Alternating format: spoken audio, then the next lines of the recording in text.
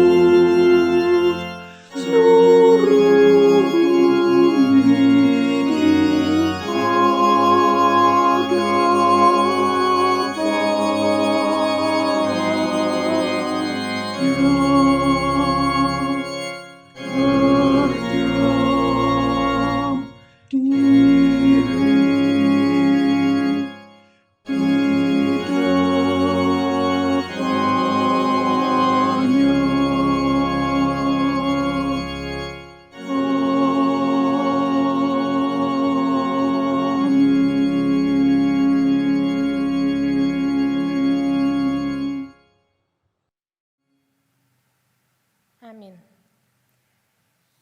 Marilah saat ini kita datang ke hadirat Tuhan dengan penuh sukacita karena kasih setianya yang tidak pernah meninggalkan umatnya. Oleh sebab itu kita bersama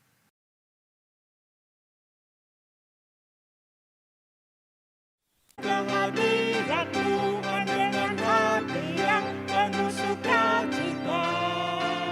Kesedihan yang ada di dalam hatimu, kenakan jubah pujian, sambut hadirnya Sang Raja, dan gunung-gunung pun bersorak-sorai memuji Dia, dan pohon-pohon pun bertepuk tangan memuji Dia. Sayang kita di sini berkumpul memuji Dia. Yesus Tuhan Raja, Dialah yang bertahta di atas pujian.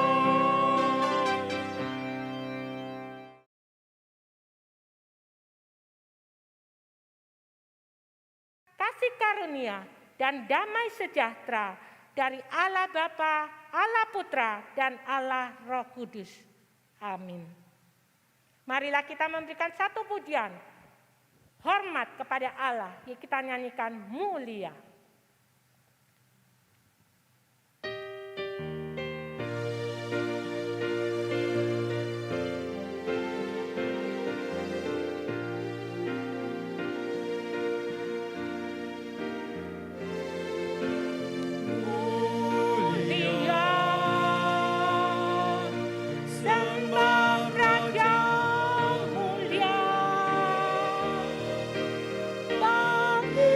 Yesus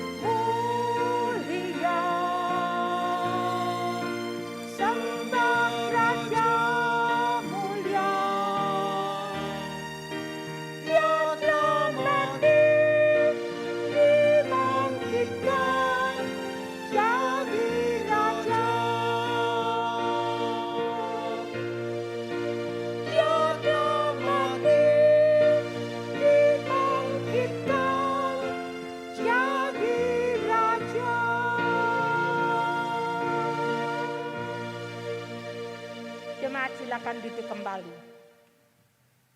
Ya Allah, selamatkanlah aku karena nama-Mu.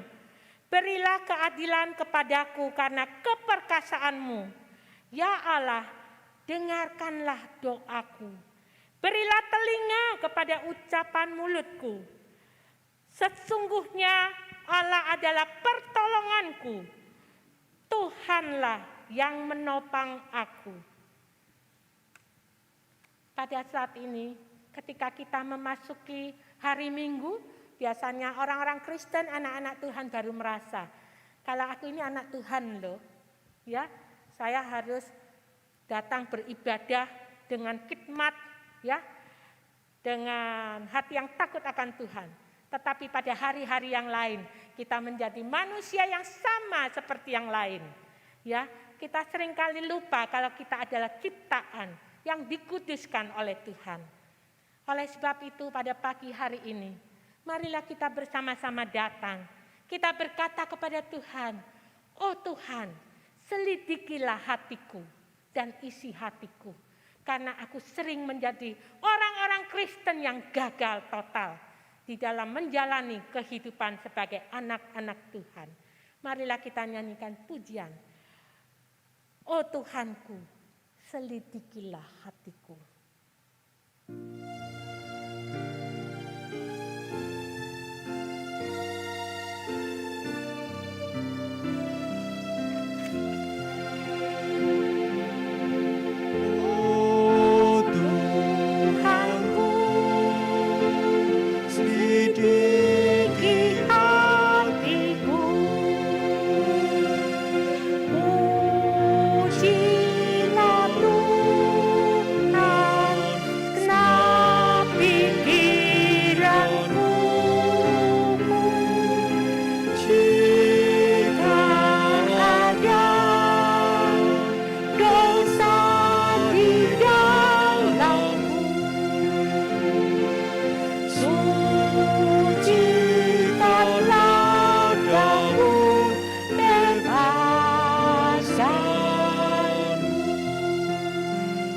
Musik yang memainkan, mengalunkanlah lagu ini.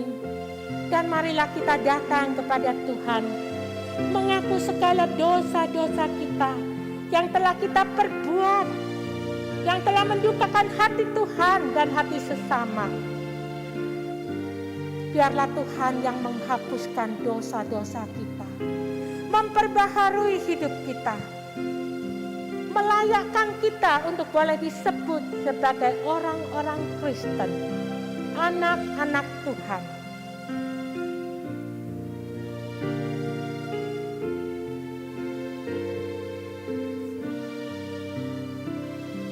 Kita bangkit berdiri, kita nyanyikan baris yang ketiga. Oh Kudus, bukalah hatiku, segenap hatiku, penuhlah rohmu, agar suci, tulus, penuh kasih, segenap hidupku jadi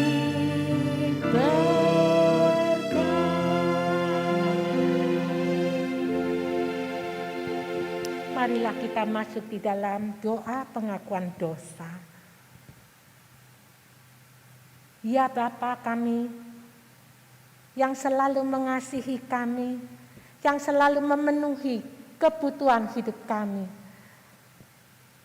yang selalu menganggap kami seperti biji mata-Mu. Tetapi Tuhan, ampunilah dosa-dosa kami. Justru kami seringkali melanggar akan hukum-hukum, perintah-perintah yang Engkau kehendaki untuk kami jalani. Sehingga seringkali hidup kami tidak memuliakan Tuhan. Hidup kami justru menjadi batu sandungan bagi orang lain. Ampuni kami ya Bapa. Dan pada pagi hari ini kami datang. Kami bersimpu di bawah kaki kayu salib-Mu. Kami mengaku segala kekurangan dan kelemahan kami. Ampunilah kami ya Tuhan. Perbaharuilah hidup kami. Ketika pada pagi hari ini kami datang kepadamu. Ketika kami mengaku dosa di hadapan-Mu. Tuhan, sucikan dan kuduskan kami. Dan melalui pujian, melalui doa, melalui firman yang akan kami dengar, kami boleh senantiasa belajar untuk melakukannya dalam kehidupan kami setiap hari. Agar kami tidak gagal dan jatuh terus di dalam dosa-dosa yang sama. Lepaskanlah kami Tuhan daripada yang jahat. Terima kasih Tuhan atas pengampunan-Mu yang Kau berikan kepada kami yang lemah. Hanya di dalam nama Tuhan Yesus kami telah berdoa dan mengucap syukur. Amin. Berita anugerah pada pagi hari ini terambil di dalam Kolose pasal 1 ayat 13 dan 14. Demikian bunyi firman Tuhan.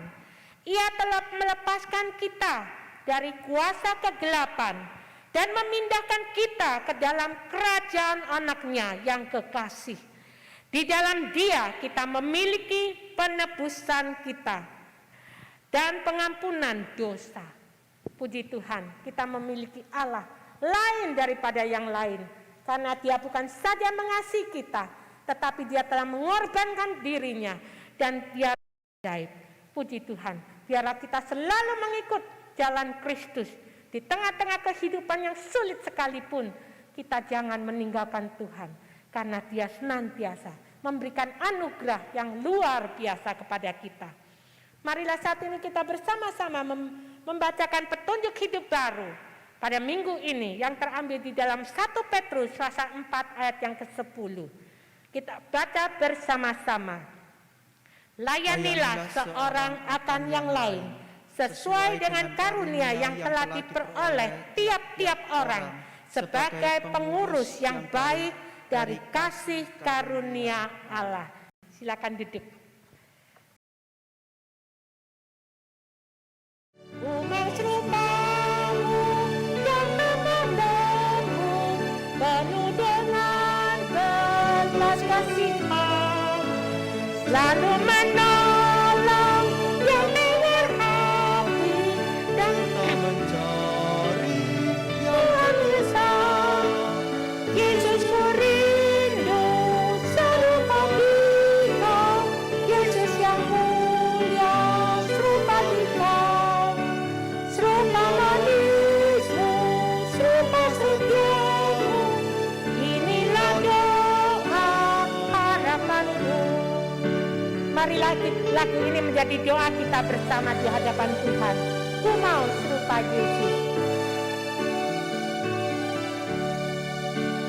Ku mau serupamu yang sabar dan rendah hati, tiada celah, sabar menanggung Allah yang siksa untuk selamatkan manusia.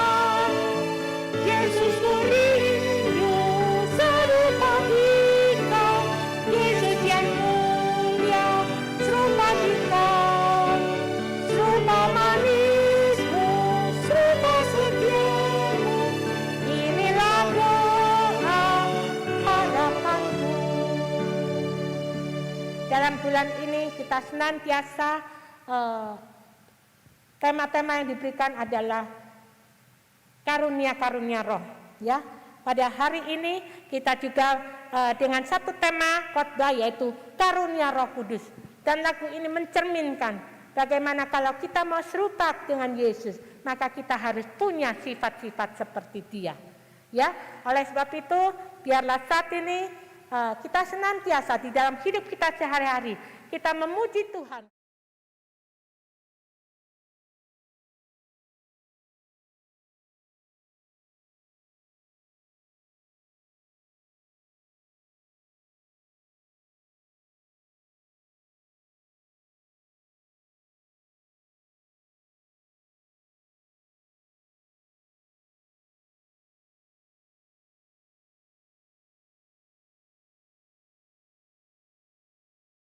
naik ke surga, duduk di sebelah kanan Allah, Bapa yang Maha Kuasa.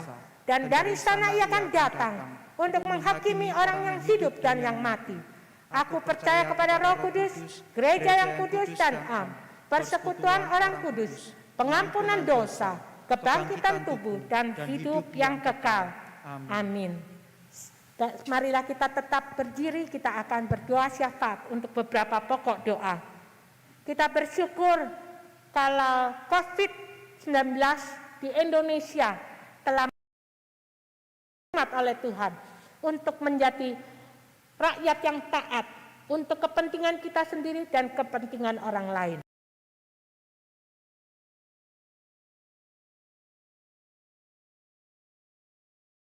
Mengasihi negara ini dan juga mengasihi rakyat supaya boleh semakin maju baik di dalam ekonomi, protokol kesehatan, untuk melakukan vaksin yang sungguh-sungguh boleh menurunkan akan sungguh-sungguh boleh sehati sepikir untuk membangun Indonesia. Kami berdoa di awal Oktober akan ada ibadah offsite maupun online yang di rumah. Tuhan, Kau tetap menolong setiap jemaat Tuhan untuk boleh tetap beribadah dengan baik. Dan secara khusus para pelayan-pelayan Tuhan, mereka boleh mempersiapkan diri untuk mengikuti ibadah yang sesuai dengan kondisi mereka. Tuhan, kami yakin Engkau senantiasa menolong baik hamba-hamba Tuhan, gembala sidang, dan juga para pengurus yang ada. Mereka boleh memberikan yang terbaik untuk Tuhan. Terima kasih Bapa. Kami yakin Engkau dengar doa kami dan Engkau tetap menjaga kami. Dalam nama Tuhan Yesus kami telah berdoa dan mengucap syukur. Amin. Jemaat dipersilakan duduk kembali. Tiba saatnya yang kita tunggu-tunggu, bukan? Yaitu mendengarkan firman Tuhan. Dan hari ini firman Tuhan akan disampaikan oleh hambanya yang setia, yaitu Pendeta Ruslan. Beliau adalah gembala sidang GKA Trinitas yang sudah melayani di sana. Dan marilah kita masuk mempersiapkan hati di hadapan Tuhan dengan satu pujian, bagaikan bejana siap dibentuk.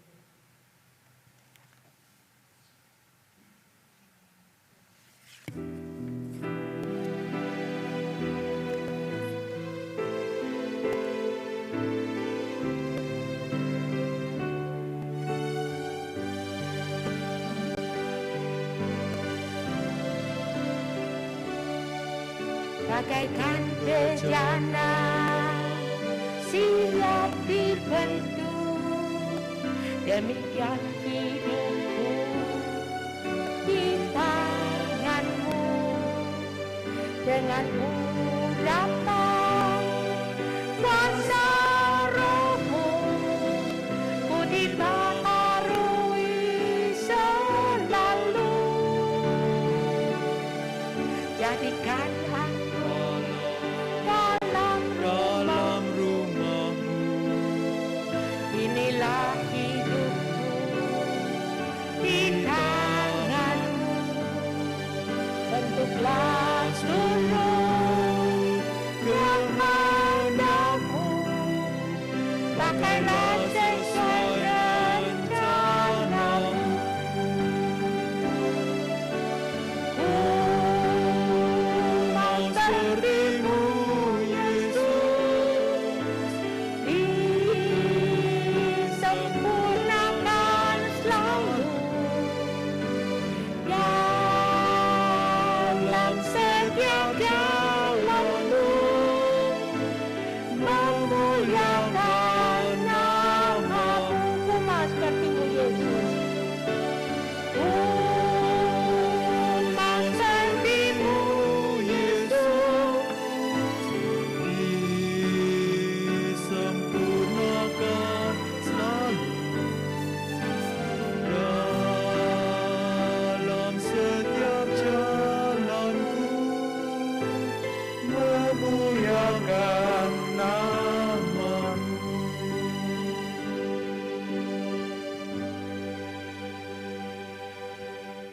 Mari kita berdoa.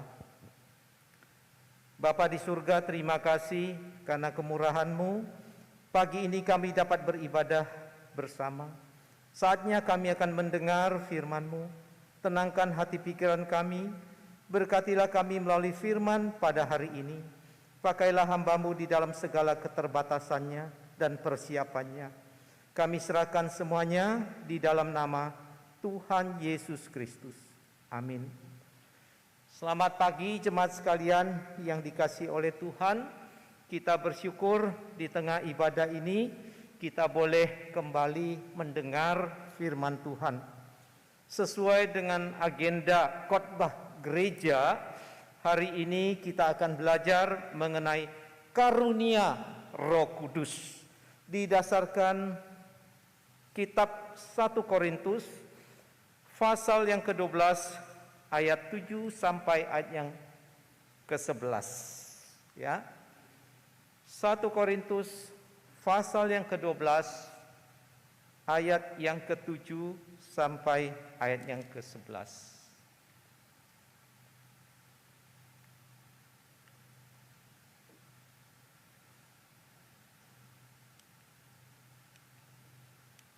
Tolong PowerPoint-nya dibantu saja ya. Terima kasih. Tetapi kepada tiap-tiap orang dikaruniakan penyataan roh untuk kepentingan bersama. Sebab kepada yang seorang roh memberikan karunia untuk berkata-kata dengan hikmat. Dan kepada yang lain roh yang sama memberikan karunia berkata-kata dengan pengetahuan. Kepada yang seorang roh yang sama memberikan iman. Dan kepada yang lain ia memberikan karunia untuk menyembuhkan. Kepada yang seorang roh memberikan kuasa untuk mengadakan mujizat. Dan kepada yang lain ia memberikan karunia untuk bernubuat. Dan kepada yang lain lagi ia memberikan karunia untuk membedakan bermacam-macam roh. Kepada yang seorang ia memberikan karunia untuk berkata-kata dengan bahasa roh. Dan kepada yang lain ia memberikan karunia untuk menafsirkan bahasa roh itu.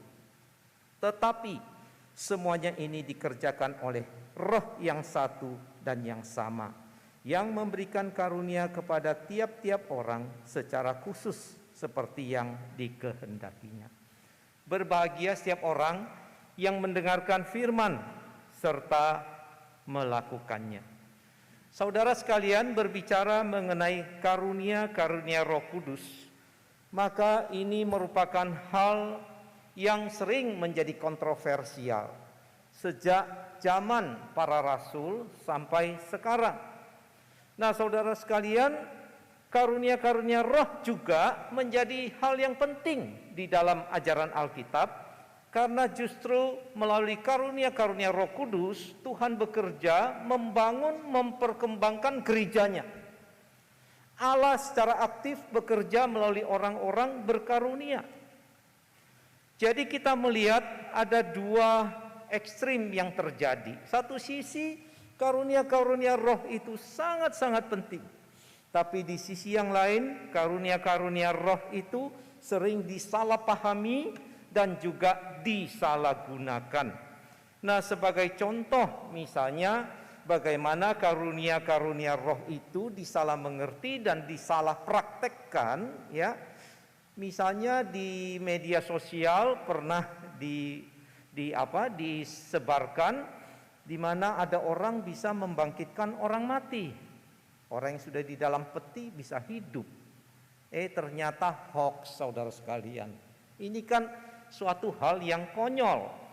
Lalu ada lagi orang yang katanya mendengar suara-suara ketika anaknya meninggal dunia atau ketika pendetanya meninggal, jangan dikubur, akan hidup. Tapi ternyata tidak bangkit-bangkit dan tetap meninggal dunia. Kemudian kita melihat banyak lagi contoh.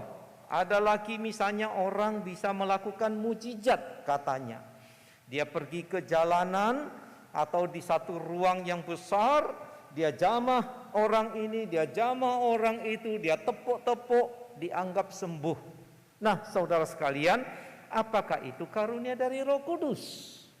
Kalau kita melihat dari ajaran Alkitab, mujizat yang dilakukan oleh Tuhan Yesus dan para rasul maupun nabi-nabi perjanjian lama bukanlah sekedar pada mujizat, bukan suatu demo, bukan suatu atraksi, tetapi ada tujuan dari mujizat. Karena itu saudara, dengan kita melihat ajaran Alkitab, sering terjadi bahwa penggunaan karunia-karunia Roh Kudus itu disalah mengerti, disalah pahami, disalah praktekkan. Nah, karena itu saya mengatakan karunia-karunia Roh Kudus itu sering disalah pahami, tetapi karunia-karunia Roh Kudus itu juga sangat-sangat penting. Sebab melalui Tuhan bekerja pada orang-orang yang berkarunia, maka gereja boleh dibangunkan. Nah, hari ini kita akan belajar secara khusus pada teks yang sudah kita baca tadi mengenai karunia-karunia Roh Kudus. Ya. Nah, pertama-tama saudara sekalian, saya mengajak kita untuk melihat apa arti karunia Roh Kudus itu. Ya. Apakah arti karunia Roh Kudus? Nah, saudara sekalian, istilah karunia rohani itu atau karunia roh ini merupakan kemampuan yang diberikan oleh Allah kepada umatnya untuk melaksanakan tugas pelayanan. Istilah karunia sendiri, saudara sekalian, ada beberapa kata, tetapi yang paling sering dipakai itu adalah karismata. Nah, saudara sekalian, karismata ini bisa berarti kasih karunia Allah dalam memberi keselamatan melalui Tuhan Yesus. Tetapi saudara sekalian, karunia roh karismata ini sering digunakan Paulus menunjuk pada karunia-karunia Roh Kudus. Ya, itu tercatat dalam kitab Roma pasal 12, 1 Korintus 12 yang kita baca, kemudian kitab Efesus pasal yang keempat. Nah, jadi karunia-karunia Roh Kudus itu adalah kemampuan pemberdayaan yang diberikan oleh Allah, ya, melalui umatnya yang diberi karunia. Nah, kembali kita melihat dalam 1 Korintus pasal 12 ini, kita melihat definisi karunia Roh Kudus itu secara spesifik dalam konteks yang kita baca. Dalam ayat 1, Rasul Paulus menulis sekarang tentang karunia-karunia roh. Aku mau saudara-saudara supaya kamu mengetahui kebenarannya. Saudara sekalian, di dalam ayat ini Paulus mengatakan sekarang tentang karunia-karunia roh. Mengapa Paulus katakan sekarang, saudara? Dalam pasal 12, 13, 14, sebetulnya Rasul Paulus sedang membahas mengenai penyalahgunaan yang dilakukan oleh orang-orang Korintus. Penyalahgunaan apa? Yang pertama, penyalahgunaan ibadah, khususnya perjamuan kudus. Maka Paulus memberi teguran dan nasihat. Sebab orang Korintus tidak melaksanakan perjamuan kudus sebagaimana seharusnya, memperingati kematian Tuhan Yesus, tapi juga sebagai makna kebersatuan orang Kristen dengan Tuhan Yesus. Jadi itu merupakan perjamuan yang sakral, yang kudus, yang agung. Tapi mereka menyalahgunakan menjadi ajang kompetisi. Menjadi ajang untuk menghina orang-orang yang tidak bisa bawa makanan. Jadi orang-orang kaya, orang-orang yang berduit waktu itu, mereka kumpulkan makanan, mereka makan secara khusus, menghina yang tidak punya makanan. Nah, perjamuan kudus memang dilaksanakan saat itu, saudara sekalian. Juga ada perjamuan kasih, ya. Jadi ada komunitas, ada persekutuan sebagai anggota tubuh Kristus. Disalahgunakan. Nah, di dalam pasal 12, Paulus mengatakan sekarang. Maksudnya apa? Sekarang aku bahas penyalahgunaan ibadah itu dalam hal karunia-karunia Roh Kudus. Itu yang dia mau katakan, saudara. Nah, jadi di dalam ayat ini, ketika Paulus katakan karunia-karunia roh, ini sebetulnya yang dimaksud itu adalah hal-hal rohani. Ya, hal-hal rohani apa?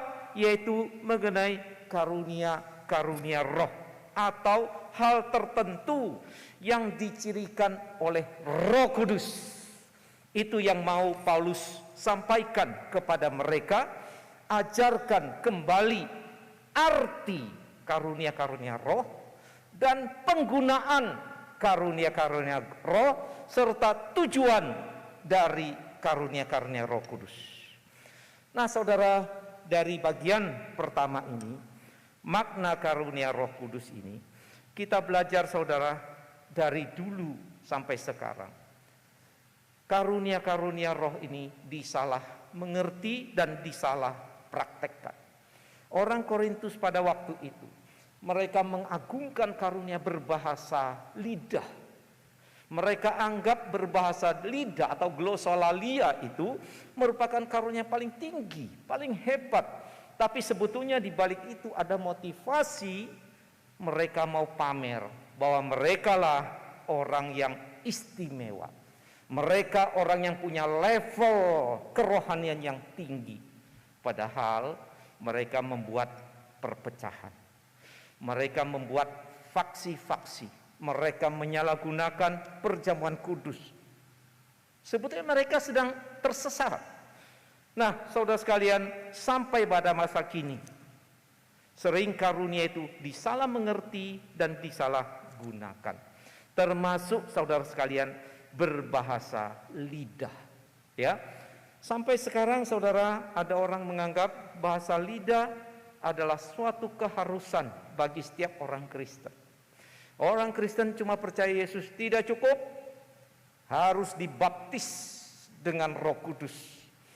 Lalu muncul bukti dibaptis dengan Roh Kudus, yaitu apa? Bisa berbahasa lidah. Nah, saudara, ajaran Alkitab tidak begitu. Waktu kita dilahir barukan, sekaligus kita dibaptis dengan Roh Kudus. Sehingga tidak perlu ada baptisan kedua yang disebut baptisan Roh Kudus. Jadi kita melihat sampai sekarang ini terjadi penyalahgunaan. Harus ada baptisan Roh Kudus. Dibuktikan dengan bisa berbahasa lidah. Bahkan dilakukan, saudara, persekutuan-persekutuan secara khusus untuk apa? Menganugerahkan kemampuan berbahasa lidah. Ya, sehingga orang berlomba-lomba ingin berglosolalia, bisa berbahasa lidah. Tetapi ini, saudara, jauh dari ajaran Alkitab. Ya, jadi kita melihat makna dari karunia-karunia roh. Dan pada zaman Paulus ini disalah mengerti. Paulus sedang mau mengoreksi dan memberi pengajaran yang benar. Kita juga seharusnya begitu. Mau belajar dari firman Tuhan, memahami dengan benar, dengan tepat karunia-karunia roh, dan mempraktekkannya dengan benar untuk kemuliaan Tuhan. Nah, selanjutnya, saudara sekalian, kita akan melihat itu adalah bagian kedua, Roh Kudus sebagai sumber karunia-karunia. Ya, Roh Kudus sebagai sumber karunia roh. Saudara, di dalam ayat 4 sampai yang ke-6, Rasul Paulus memberikan pengantar sebenarnya. Yang dia mau tekankan itu adalah karunia-karunia roh itu beraneka ragam, bukan seragam, macam-macam. Ya, sama seperti satu pohon, saudara, itu daunnya banyak sekali, tapi setiap daun tidak sama satu sama lain bentuknya. Begitu juga tubuh Kristus, satu tubuh, satu umat yang ditebus oleh Tuhan sebagai tubuh Kristus, beragam karunia-karunia roh. Tetapi sumbernya siapa? Allah Tritunggal melalui Roh Kudus menganugerahkan karunia-karunia. Saudara, itulah yang mau ditekankan Paulus di dalam ayat 4 sampai ayat yang ke-6. Memang karunia-karunia roh itu bermacam-macam, tetapi sumbernya satu. Sumbernya satu, tetapi karunia itu beraneka ragam. Ayat yang keempat, Paulus mengatakan, ada rupa-rupa karunia tetapi satu roh. Jadi dia mengatakan ada perbedaan, ada sifat khusus, sifat khas, ada pembagian yang berbeda-beda. Tetapi yang memberikan itu adalah Roh Kudus. Karena itu saudara sekalian, kita melihat sumber dari karunia-karunia itu adalah dari Allah Roh Kudus sendiri. Lalu ayat kelima, dia menunjukkan lagi kesatuan dan keanekaragaman tubuh Kristus. Ada rupa-rupa pelayanan tetapi satu Tuhan. Jika Anda dipanggil menjabat sebagai majelis, sebagai pengurus, sebagai yang menangani bidang musik dan lainnya, bahkan sebagai hamba Tuhan, itu merupakan penetapan dari Tuhan Yesus. Tuhan Yesus mempersiapkan, Tuhan Yesus menetapkan, Tuhan Yesus memanggil, menempatkan di dalam gerejanya. Itu yang dikatakan Paulus di dalam ayat yang kelima. Kembali lagi, satu tubuh, tetapi beragam pelayanan. Karena itu Paulus sebetulnya mau mengajarkan, satu sama lain tidak boleh saling menghina, meremehkan di dalam tubuh Kristus. Karena semuanya pelayanan itu ditetapkan oleh Tuhan Yesus. Dan ayat yang ke-6, Paulus menekankan kembali, satu tapi aneka ragam, tetapi satu. Dan ada berbagai-bagai perbuatan ajaib, tetapi Allah adalah satu yang mengerjakan semuanya dalam semua orang. Jadi saudara sekalian, ayat yang ke-6 menekankan kembali, dari mana kemampuan-kemampuan yang dimiliki oleh anggota-anggota Kristus melayani? Dari mana karunia-karunia itu? Bukan dari manusia, tapi Allah yang secara aktif bekerja, dan dialah sumbernya. Saudara, bagian yang kedua ini kita belajar bahwa apa yang kita miliki, karunia-karunia yang ada pada kita, sebenarnya bukan dari kemampuan kita. Orang dunia biasanya mengenal ada bakat. Oh, orang itu memang bakat nyanyi, ya kan? Oh, orang itu memang bakat di bidang teknologi dan sebagainya. Nah, bagi kita orang yang percaya, tidak ada lagi istilah bakat itu, talenta. Karena bakat talenta yang alami menurut manusia sebetulnya juga penganugerahan dari Tuhan sendiri. Ya. Jadi talenta kita, kemampuan-kemampuan kita yang kita bawa sejak kecil, ya. Mungkin sebelum kita percaya Tuhan Yesus. Ketika kita percaya kepada Tuhan Yesus, maka itu semuanya disebut karunia Roh Kudus. Kemampuan yang diberikan oleh Roh Kudus. Karena itu saudara sekalian, kalau kita dianugerahkan suara yang bagus untuk menyanyi di dalam paduan suara, di dalam vokal group, kita harus sadar itu anugerah dari Tuhan. Kalau ada orang yang punya kemampuan menalar, menulis, mengorganisir, itu adalah dari Tuhan. Kalau ada orang punya kemampuan mengajar, ceramah, memberitakan Injil, berbuat baik, memperhatikan orang lain, itu bukan dari dirimu, tetapi itu dari Allah Roh Kudus. Begitu juga saudara, ketika bisnismu berkembang, engkau mempunyai keterampilan melihat peluang-peluang bisnis, akhirnya menjadi pengusaha atau menjadi kaum profesional yang sukses. Ingatlah, itu juga dari Tuhan Allah, dari Roh Kudus. Sebab itu saudara, bolehkah kita berbangga dengan karunia-karunia kita? Tidak boleh, karena itu berasal dari Allah. Kita yang dikaruniai pintar, bisa menyanyi dengan baik, bisa bermain musik. Jangan sekali-kali kita menjadi congkak, ya. Kita memakai karunia kita untuk apa? Untuk menaikkan prestise kita, untuk menghambat pelayanan.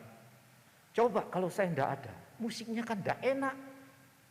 Makanya tergantung saya, hormati saya.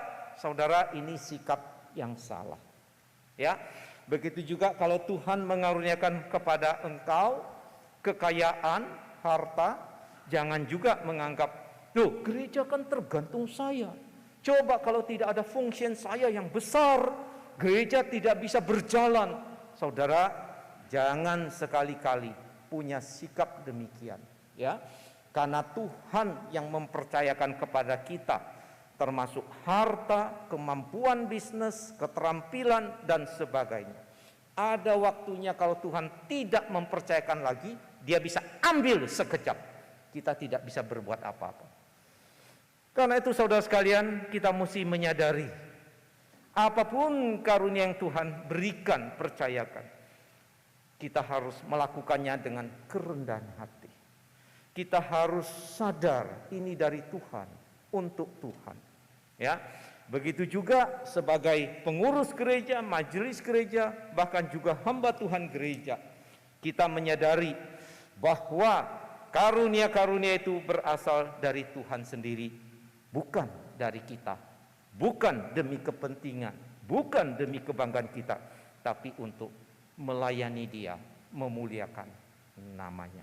Ya, sekarang kita masuk pada bagian macam-macam karunia Roh Kudus.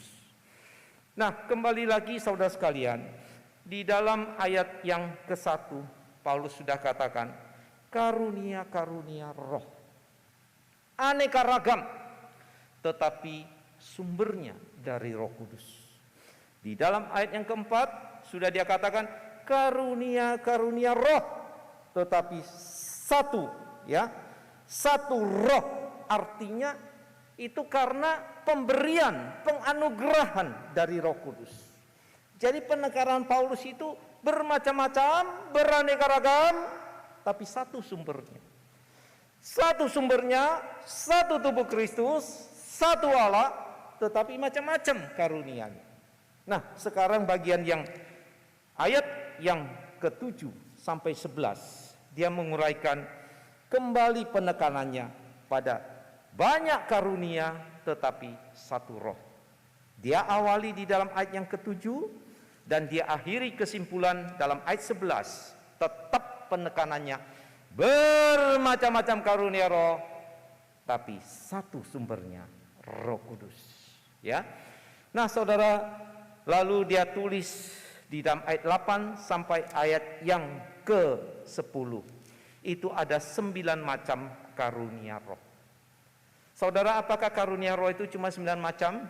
Tidak, saudara. Seperti yang sudah saya katakan, di surat Roma, di surat Efesus, di 1 Petrus, bermacam-macam lagi karunia roh yang disebutkan. Urutannya juga berbeda-beda. Ada yang mengatakan bahwa pembagiannya itu bisa yang bersifat sementara dan yang permanen, yang verbal dan non-verbal, yang penting dan tidak penting. Tetapi saudara, kita melihat kategorisasi penggolongan itu nampaknya tidak baku di dalam tulisan Rasul Paulus. Ya.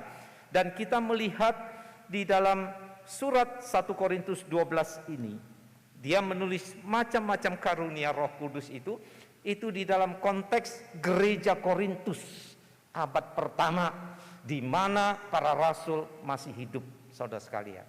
Beda dengan kita. Karena itu kita melihat karunia-karunia ini banyak keunikan di dalamnya, ya.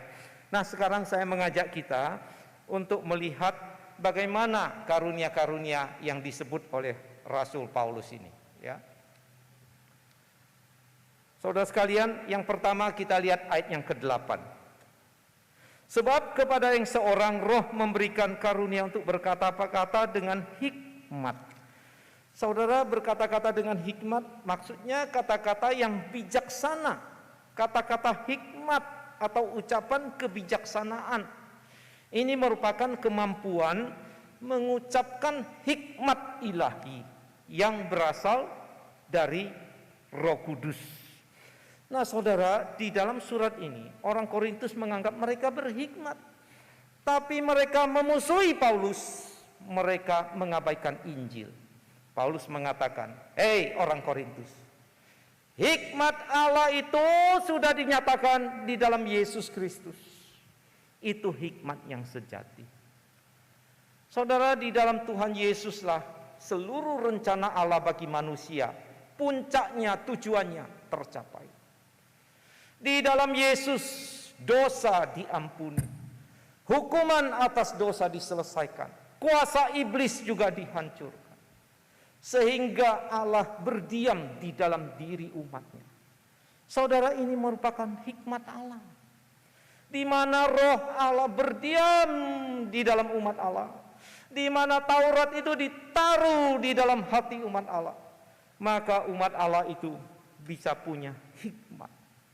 Karena itu saudara sekalian, hikmat, karunia hikmat berarti karunia di mana orang yang sudah dilahirbarukan, sudah di dalam Kristus, mempunyai relasi, kedekatan, ketaatan kepada Kristus. Merekalah yang punya hikmat dari Allah. Nah saudara, jadi kita melihat itu yang dimaksud hikmat. Jadi saudara, bedakan dengan banyak hikmat, kata-kata bijak di WhatsApp dan media sosial saat ini. Beda saudara. Banyak kata-kata hikmat dari agama-agama, dari prinsip-prinsip. Itu adalah hikmat secara manusiawi.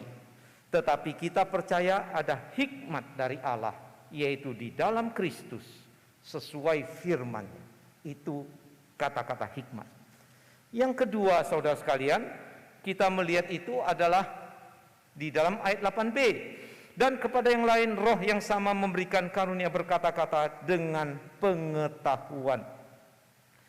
Saudara, ada yang mengatakan bahwa ini pengetahuan yang bersifat supranatural.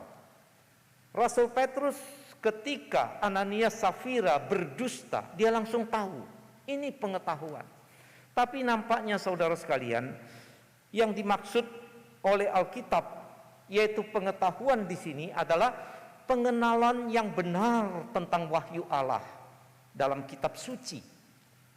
Pengenalan, pemahaman, dan mengajarkan, menyampaikan kepada jemaat mengenai makna kitab suci secara benar. Ya, jadi itu yang dimaksud dengan karunia pengetahuan.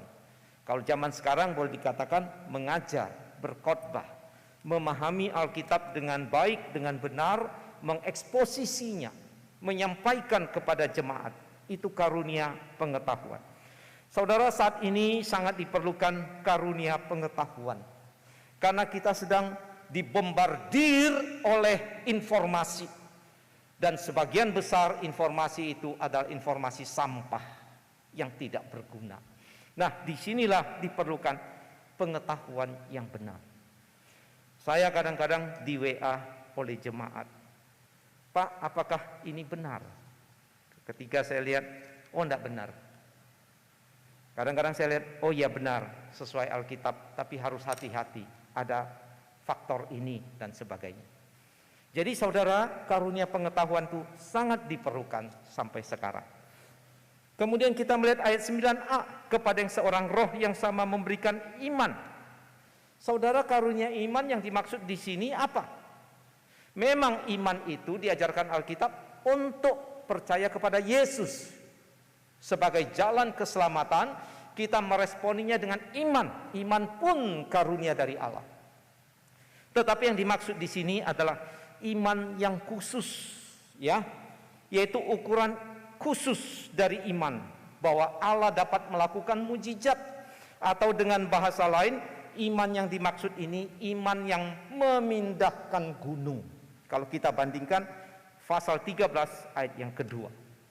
Jadi ada karunia orang yang memiliki iman, iman mujizat, iman yang besar, ya.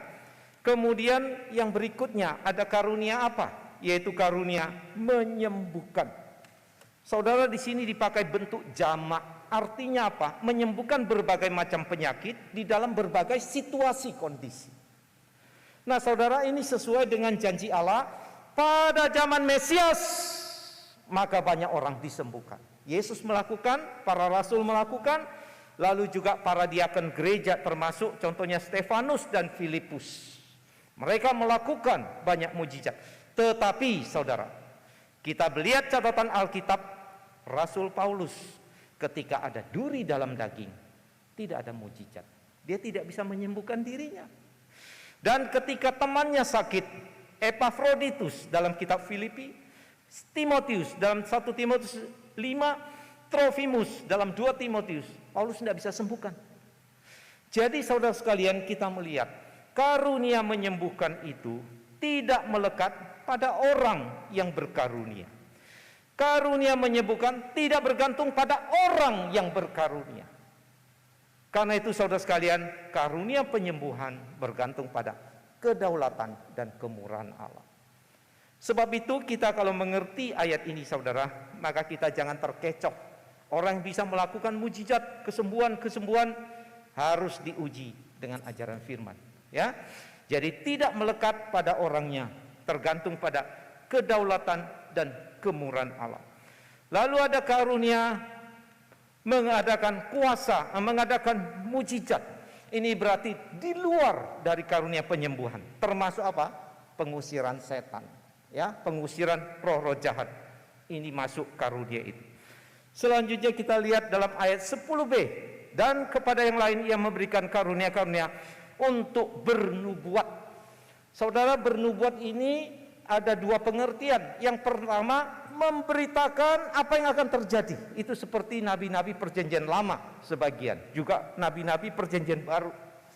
Tetapi bernubuat itu juga berarti menasihati umat Allah dengan firman Allah, ya. Jadi nubuat perjanjian baru mencakup juga khotbah, ya, pemberitaan firman. Ketika yang bernubuat itu dia memahami Alkitab, dia melihat terangnya, kebutuhannya bagi jemaat, dia menyampaikan. Itu boleh dikatakan bernubuat. Nah, dari sini saudara, kita belajar apa? Menilai satu khotbah saudara, apakah tergantung orangnya, tergantung gelarnya yang tinggi, tergantung lucunya, model stand up comedy, tergantung pada kemampuannya mengentertain? Tidak saudara. Kembali pada ajaran Alkitab, satu khotbah yang bermutu, yang berkenan di hadapan Tuhan haruslah biblical, sesuai dengan apa yang Alkitab ajarkan. Dan khotbah itu haruslah membawa orang lebih cinta, hormat, takut akan Tuhan, ya. Kemudian kita melihat yang berikutnya ayat 10c, kepada yang lain lagi yang memberikan karunia membedakan bermacam-macam roh. Maksudnya apa? Membedakan roh pada pembicara yang nampaknya diurapi Tuhan, tapi betul apa enggak dari Tuhan atau tidak, itu namanya membedakan roh. Lalu yang selanjutnya dikatakan karunia berkata-kata dengan bahasa roh. Jadi saudara sekalian, ini namanya glosolalia, ya. Jadi glosolalia ini bahasa roh yang berbeda dengan Kisah Rasul pasal 2 Pentakosta. Pada Pentakosta orang mengerti bahasanya. Pada 1 Korintus 12 kemudian nanti 14 bukan bahasa yang bisa dimengerti. Maka dikatakan perlu karunia untuk menafsirkannya. Nah, saudara, inilah daftar karunia yang disampaikan oleh Rasul Paulus dalam 1 Korintus 12 ini. Jadi kita melihat beragam karunia, sumbernya satu. Sebagai kesimpulan saudara sekalian, di dalam ayat 11 kita melihat semuanya ini dikerjakan roh yang satu dan yang sama. Memberikan karunia kepada tiap-tiap orang secara khusus seperti yang dikehendakinya. Saudara sekalian, kembali kita melihat sumber karunia roh itu dari Allah Tritunggal melalui Roh Kudus. Maka kita harus bersyukur kalau Tuhan mempercayakan kita karunia. Dan kita tidak boleh congkak, sombong. Itu untuk diri kita, kemuliaan kita, gengsi kita. Bukan. Tapi untuk melayani gerejanya, melayani sesama. untuk memuliakan Tuhan kita. Dan dari sini kita belajar juga, kita tidak perlu merasa minder, iri hati. Ketika orang lain punya karunia kelihatan kok lebih hebat ya. Wah, lalu jengkel, jealous, iri hati. Jangan. Setiap kita punya karunia dan itu harus bekerja bersama-sama. Untuk apa saudara?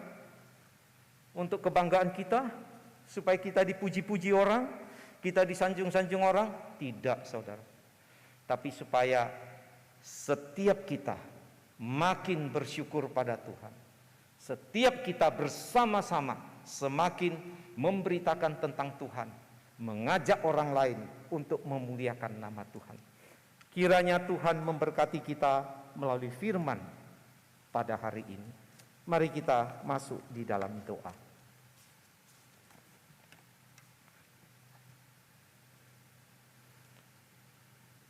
Bapa di surga, terima kasih. Firman-Mu hari ini boleh memberi kami pengarahan, pengertian, sebagaimana yang Tuhan maksudkan mengenai karunia roh. Bersyukur Tuhan menyelamatkan kami, karena karya Roh Kudus melahirbarukan kami. Tapi kami juga bersyukur Roh Kudus memampukan kami untuk melayani Tuhan. Tolong kami yang lemah dan hina, agar kami boleh bersyukur untuk karunia-karunia dan memanfaatkannya untuk melayani demi kemuliaan Tuhan. Terima kasih ya Tuhan, berkati gereja-Mu di tempat ini, baik gembala sidang, hamba Tuhan, majelis, pengurus jemaat, mereka bersama sebagai satu tubuh, menggunakan karunia-karunia roh, memuliakan nama Tuhan. Ini doa kami Tuhan, dalam nama Tuhan Yesus. Amin.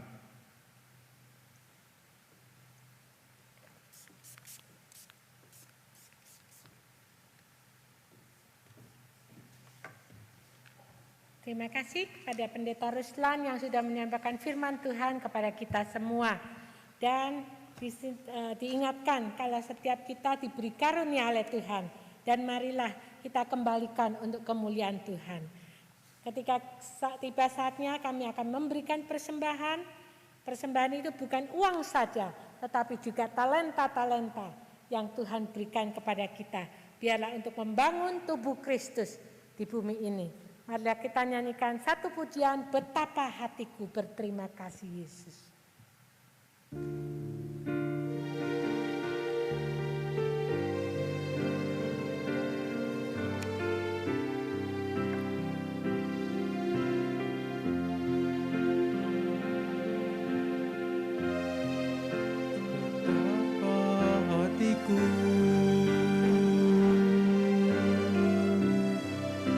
Berterima kasih Yesus,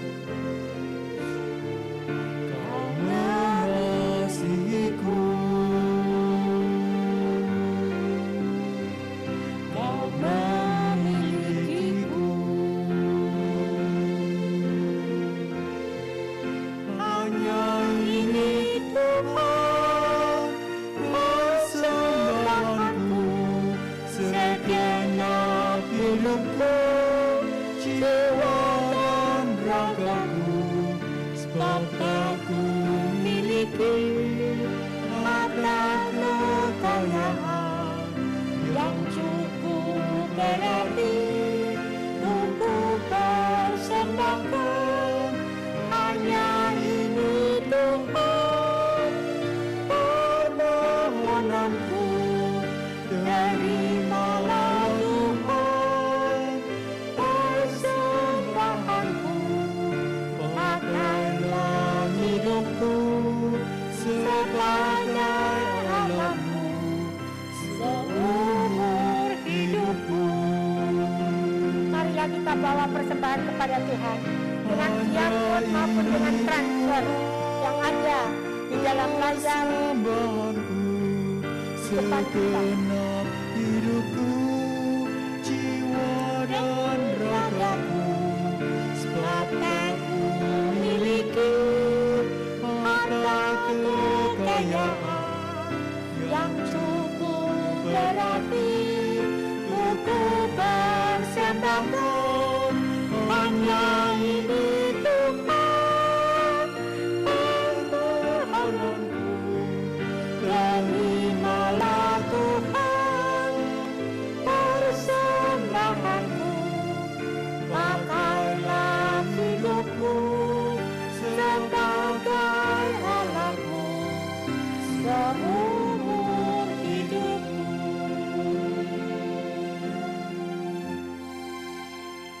Marilah kita masuk di dalam doa persembahan. Bapa di surga, kami sungguh mengucap syukur kepadamu.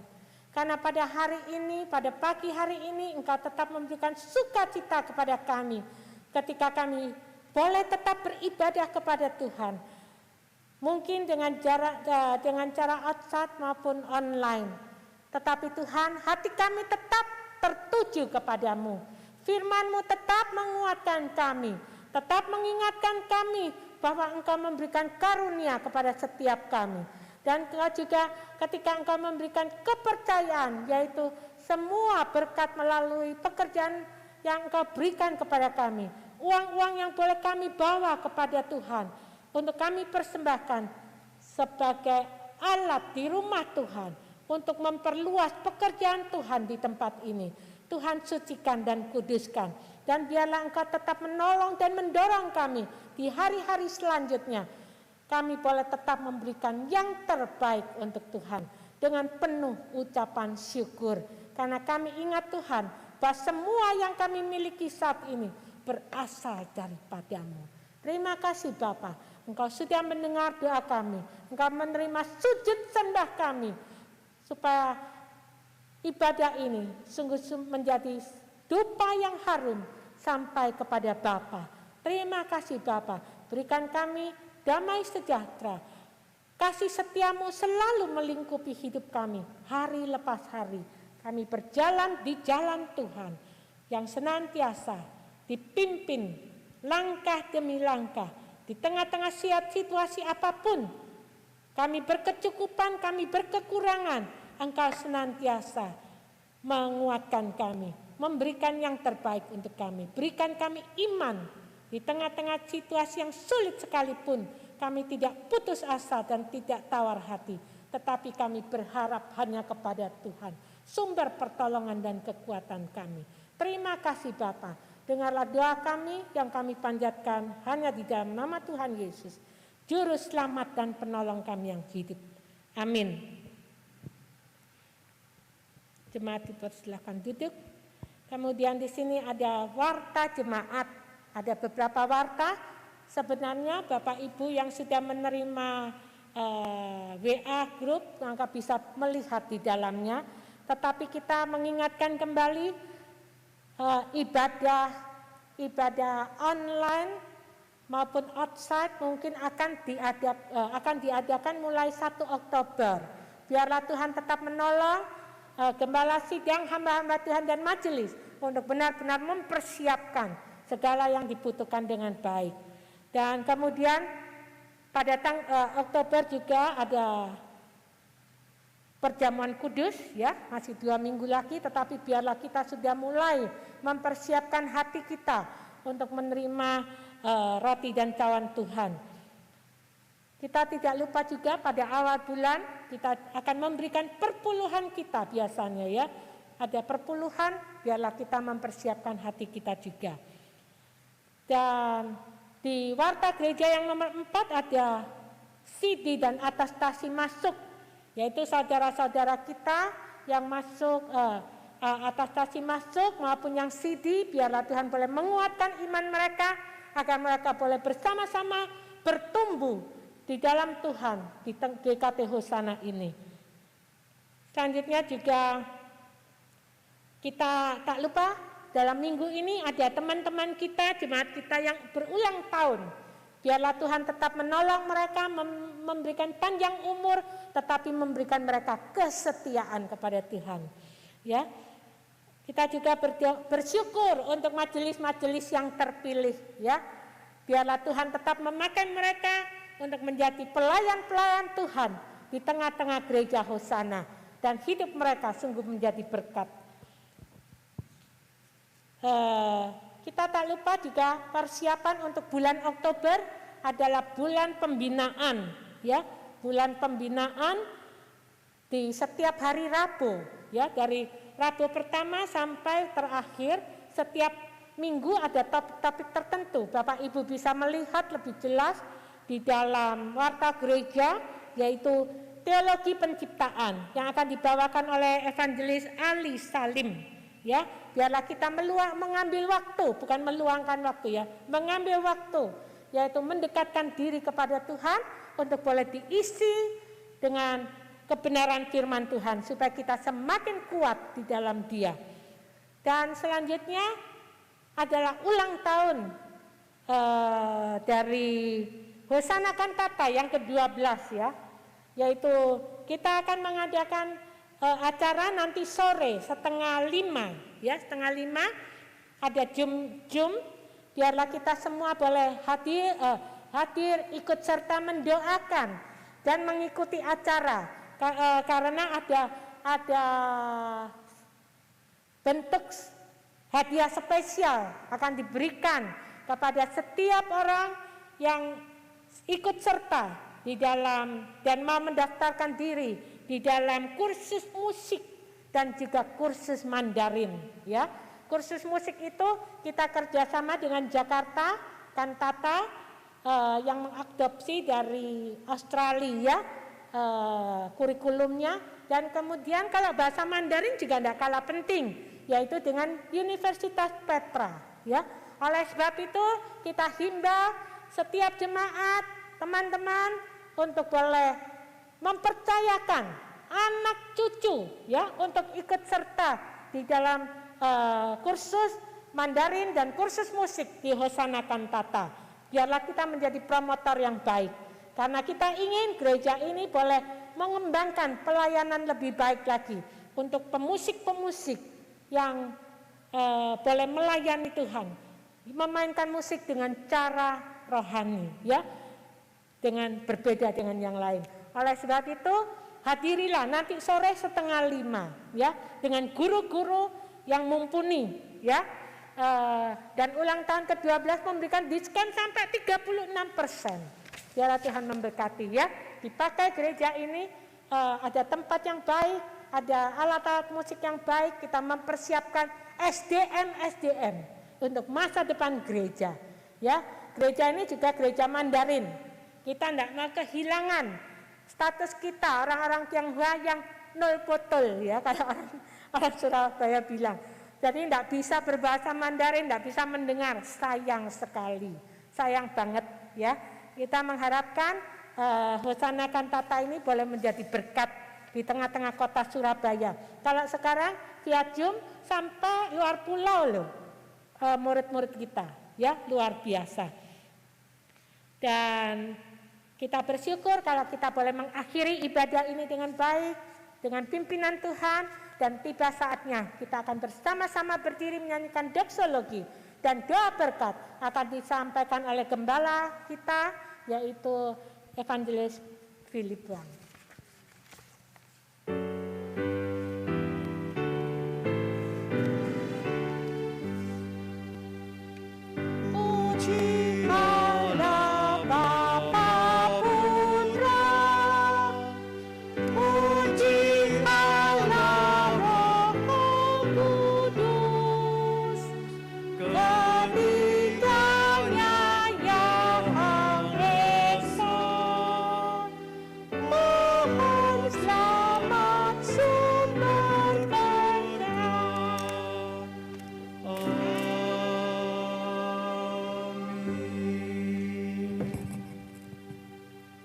Teman yang saya kasih dalam Tuhan Yesus, kita akan akhiri ibadah kita pada hari ini. Arahkanlah hatimu kepada Tuhan dan terimalah berkat-Nya. Kiranya anugerah yang berkelimpahan di dalam Tuhan kita Yesus Kristus, cinta kasih dan kesetiaan Allah yang tidak pernah berubah, persekutuan kekuatan penghiburan, urapan dari Allah Roh Kudus, kiranya menyertai saudara-saudara sekalian dari saat ini sampai selama-lamanya. 愿我主耶稣基督丰盛的恩惠，天父上帝那不变的慈爱和信实，圣灵的交通感动充满，常常与弟兄姊妹同在，从今时直到永永远远。阿门。